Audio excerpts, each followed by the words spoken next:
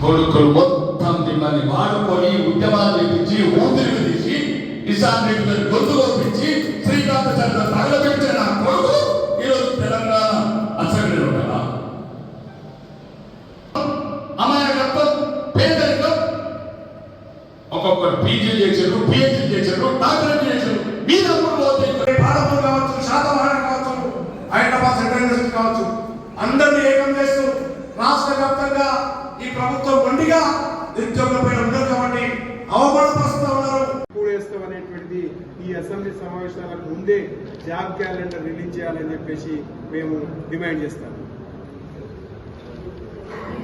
University విద్యార్థి JAC ఆధ్వర్యంలో జరిగిన రౌండ్ టేబుల్ సమావేశంలో ప్రధాన డిమాండు, ప్రధాన ఎజెండా ఏదైనా ఉందంటే ఒకటి వీళ్ళకే కాదు, తెలంగాణ రాష్ట్ర వ్యాప్తంగా ఉన్న ప్రజలందరూ కూడా కోరుకుంటున్నారు.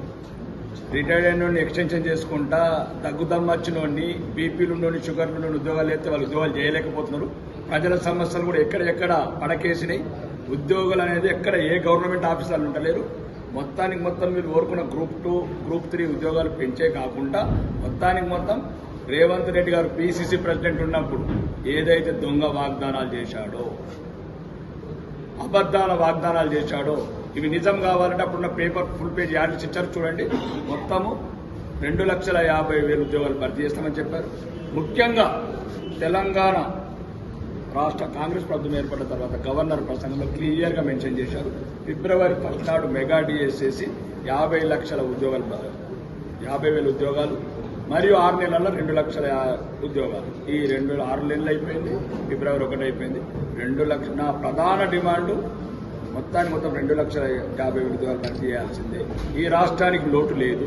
3 లక్షల కోట్ల బడ్జెట్, అన్ని రకాలుగా ప్రజాకర్షణ పథకాలకు వచ్చినప్పుడు నీ బడ్జెట్ నీ రూపాయి జమ చేసుకుంటామని చెప్పిన నిన్న ఆర్థిక శాఖ మంత్రి గారు బిడ్డల రక్తాలతోని, బిడ్డల త్యాగాలతోని తెలంగాణ అనే పదం అస్తిత్వం.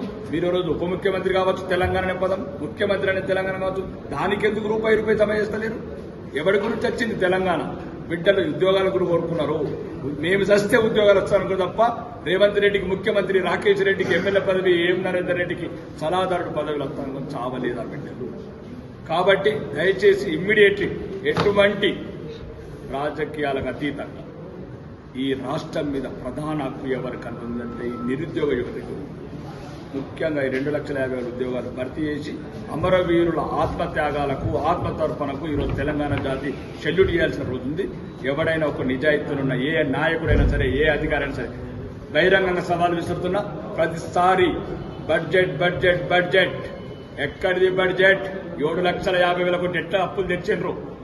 మీకు ఎక్కడైతే కమిషన్లు దొరుకుతాయి, ఎక్కడెక్కడైతే 1,000 కోట్లు దోసుకోవచ్చో ఆ స్కీమ్లను ముందు ఇంప్లిమెంట్ చేస్తారా?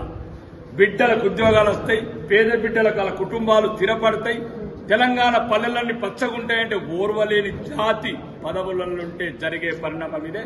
ఈ రాష్ట్ర వ్యాప్తంగా ఉన్న ప్రతి ఒక్క రాజకీయ నాయకుడు గుర్తుపెట్టుకోవాల్సింది, మూడింది మీ రోజులు. ఎన్నొద్దులు నిరుద్యోగ యువతని నిర్వీర్యం చేస్తారు, నిర్లక్ష్యం చేస్తారో తగిన సంబంధం యువతనంతా ఒకటి చేస్తాం, నిరుద్యోగం రాష్ట్రం ఒకటి చేస్తాం. తెలంగాణ రాష్ట్రం అధికార పార్టీ మీద యుద్ధం ప్రకటిస్తాం.